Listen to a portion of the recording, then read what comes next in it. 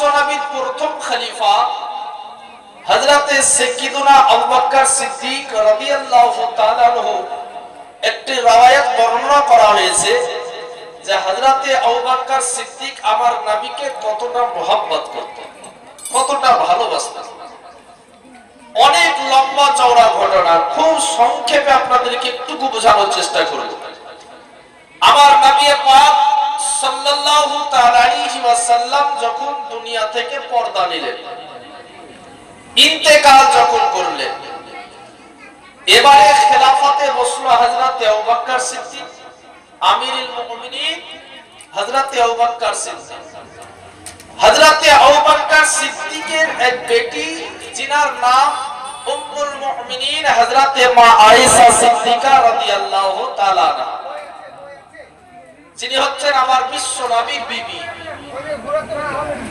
আমার নবী মুস্তাফার পর্দা নেওয়ার পর হযরতে সাইয়্যিদুনা আবু বকর সিদ্দিক একদিন হঠাৎ করে নিজের বেটি মা আয়েশা সিদ্দিকাকে বলছে, মা, ও আমার বেটি কলেজার টুকরা, আমার নবী পাক দুনিয়া থেকে আমাদের কাছ থেকে পর্দা নিয়েছে। নবী পাক যে কাজগুলো দুনিয়ার বুকে করতেন আমি আবু বকর ওইগুলো করার চেষ্টা করছি। যেইভাবে মানুষকে সাহায্য সহযোগিতা করতেন, মানুষের দেখভাল করতেন, আমি আবু বকর চেষ্টা করছি। আচ্ছা বিটি, তুমি বলো দেখি যে তোমার জানা মতে, এই বাবু এখানে মোটরসাইকেলে বেশি ঘোরাঘুরি করিয়েন না, সোজা চলে যান রাস্তা দিয়ে। তো বিরাদর ইসলাম, আবু বকর সিদ্দিক বলছেন, বেটি তোমার জানা মতে, তোমার দেখা মতে এমন কোন কাজ যেটা আমার নবী পাক করতেন ওটা আমি করতে পারি না, এই রকম যদি কোনো কাজ থাকে তো আমাকে বলতে পারো।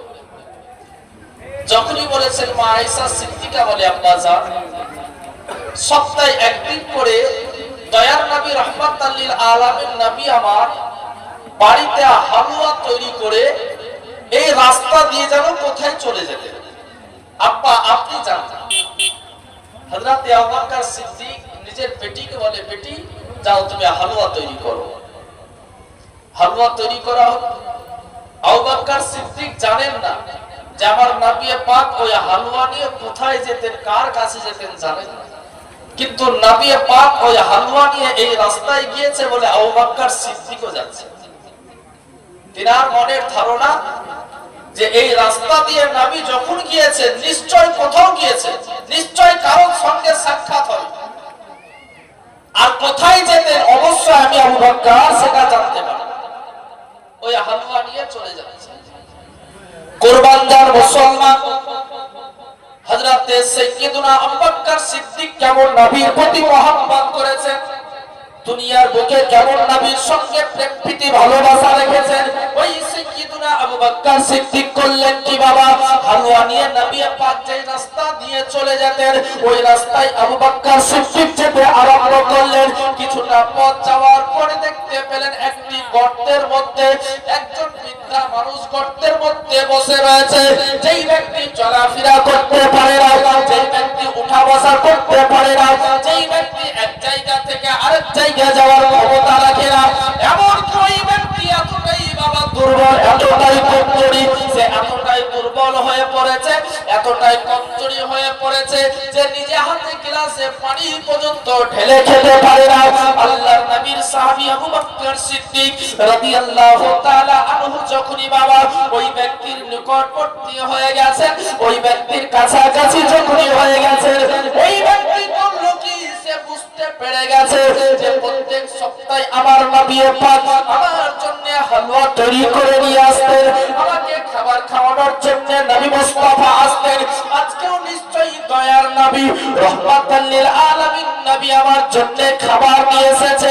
ওই ব্যক্তি বাবা দুই চোখে অন্ধ হয়ে গিয়েছে, সে চোখে দেখতে পায় না, কোনো মানুষকে চিনতে পারে না। তবু বাবা যখনই ওই ব্যক্তি আবু বকর সিদ্দিক রাদিয়াল্লাহু তাআলা আনহুর পায়ের আওয়াজ শুনতে পেয়েছে, যখনই বাবা আওয়াজটা তার কানের মধ্যে পৌঁছেছে, ওই ব্যক্তি প্রত্যেক সপ্তাহের মতো তিনি নিজের মুখটাকে খুলে দিয়েছে, নিজে হাত করে দিয়েছে খাবার খাওয়ার জন্য। আর বিশ্ব নবীর সাহাবী রাতে আবু বকর সিদ্দিক বুঝতে পেরে গেলেন, আবু বকর সিদ্দিক জানতে পারলেন কিনার আর বুঝতে দেরি হলো না যে এই ব্যক্তি আমার পায়ের আঘাত পাওয়ার সঙ্গে সঙ্গে সে যখন খাবার খাওয়ার জন্য মুখটাকে খুলে দিয়েছে, সে যখন হা করে দিয়েছে, নিশ্চয় আমার দয়ার নবী এই ব্যক্তির জন্যই খাবার নিয়ে আসতে, নিশ্চয় নবী পাক এই ব্যক্তির জন্যই খাবার নিয়ে আসতে। আবু বকর সিদ্দিক করলেন কি, পাত্র থেকে আঙুলে পুরে কিছুটা হালুয়া নিয়ে ওই দুর্বল কমজোরি ব্যক্তির মুখে দিয়ে দিয়েছে। ওই ব্যক্তি হালুয়া খেতে খেতে হঠাৎ করে আবু বকর সিদ্দিক রাদিয়াল্লাহু তাআলা আনহুকে প্রশ্ন করে, ভাইজান আচ্ছা তুমি আমাকে আগে একটা কথা বলো যে আল্লাহর আখেরি পয়গম্বর নবী মুহাম্মদ রাসূলুল্লাহ কি দুনিয়া থেকে পর্দা নিয়েছে? নবী কি দুনিয়া থেকে বিদায় নিয়ে নিয়েছে? আবু বকর সিদ্দিক আর কথা বলতে চুপ করে গেছে, কথা বলছে। ওই ব্যক্তি বাবা আবু বকর সিদ্দিককে বলে, ও আবু বকর বলো বলো আমার বিশ্ব নবী কি দুনিয়া থেকে পর্দা নিয়ে নিয়েছে? রাহমাতাল লিল আলামিন নবী কি দুনিয়া ছেড়ে চলে গেছে?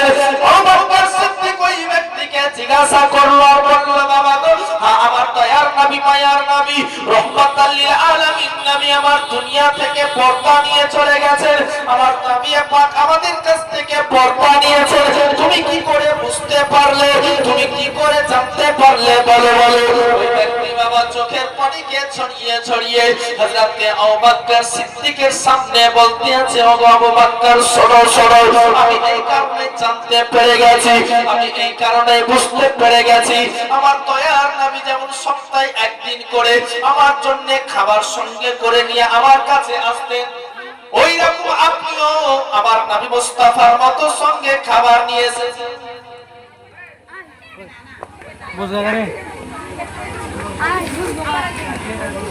আপনিও খাবার সঙ্গে করে এনেছেন, সমস্ত দিক ঠিক আছে। বিরাদার ইসলাম যাই হোক হাতে চিঠি চলে এসেছে, আর কিছু করার না। আমার যে টাইমটা ছিল তার মধ্যে 10 মিনিট টাইম মাইনাস চলে গেছে, 10 থেকে 12 মিনিট টাইম আমার মাইনাস চলে গেছে। যাই হোক তাতে অসুবিধা নাই। তো ওই ব্যক্তি আবু বকর সিদ্দিককে বলছেন, হে আবু বকর শোনো, নবী যেমন খাবার নিয়ে আসতেন তুমিও এনেছো, নবী খাবার খাইয়ে দিতেন তুমিও খাইয়ে দিয়েছো, কিন্তু খাইয়ে দেওয়ার মধ্যে একটু তফাৎ আমি বুঝতে পেরেছি। বলে সেটা কি? বলে আমি এতটাই কমজোরি এতটাই দুর্বল যে আমার শরীরে কেউ স্পর্শ করলে আমি ব্যথা পাই, আঘাত পাই, এতটাই দুর্বল যে কেউ স্পর্শ করলে কারো ছোঁয়া লাগলে আমি ব্যথা পাই। হে আবু বকর আমার নবী আমাকে ব্যথা দেবেন না বলে আমার নবী পাক ওই খাবারটাকে নিজের মুখে জিভের মধ্যে নিয়ে নিতেন, আর আমি হাত করতাম তো আমার নবী পাক নিজের মুখ থেকে আমার মুখের মধ্যে খাবারটাকে দিয়ে দিতেন, যেন আমার শরীরের মধ্যে আর নবী মুস্তাফার শরীরে কোন রকমের স্পর্শ না হয়। হে আবু বকর শোনো, পার্থক্য এখানেই হয়েছে যে আমার নবী পাক যখন আমাকে খাবার খাইয়ে দিতেন আমার শরীরের সঙ্গে নবীর শরীরের স্পর্শ হতো না, কিন্তু আবু বকর তুমি হালুয়া এনেছো বটে, আমার জন্য খাবার এনেছো, নবী মুস্তাফার মতো খাইয়ে পর্যন্ত দিয়েছো, কিন্তু খাওয়াবার নিয়মটা একটু আলাদা হয়ে গেছে। এই কারণে আমি বুঝতে পারলাম যে আজকে নবী আর দুনিয়াতে বেঁচে নাই, নবী আর দুনিয়াতে নাই। নবী যদি দুনিয়াতে থাকতেন নিশ্চয় এই জায়গাতে নবীর জায়গায় অন্য কেউ আমার জন্য খাবার নিয়ে আসতো না।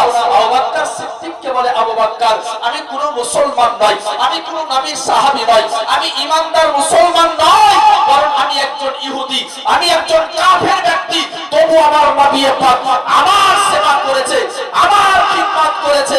হে আবু বকর ওই নবীর প্রতি বিশ্বাস যতটা ছিল তার চাইতে তোমাকে দেখে ওই নবীর প্রতি বিশ্বাস আরো চলে এসেছে। তার কারণ একটাই যে নবীর গোলামের যদি এই অবস্থা হয় তো নবীর অবস্থা কি হবে, খাদেমের যদি এই অবস্থা হয় তো বাদশার অবস্থা কি হবে। ওই ইহুদি ব্যক্তি আবু বকরকে বলে, আবু বকর আমাকে আর দেরি না করে তুমি এক্ষুনি নবী মুস্তাফার কালমা পড়িয়ে আমাকে মুসলমান করে দাও, ওয়া মা আলাইনা ইল্লাল বালাগ।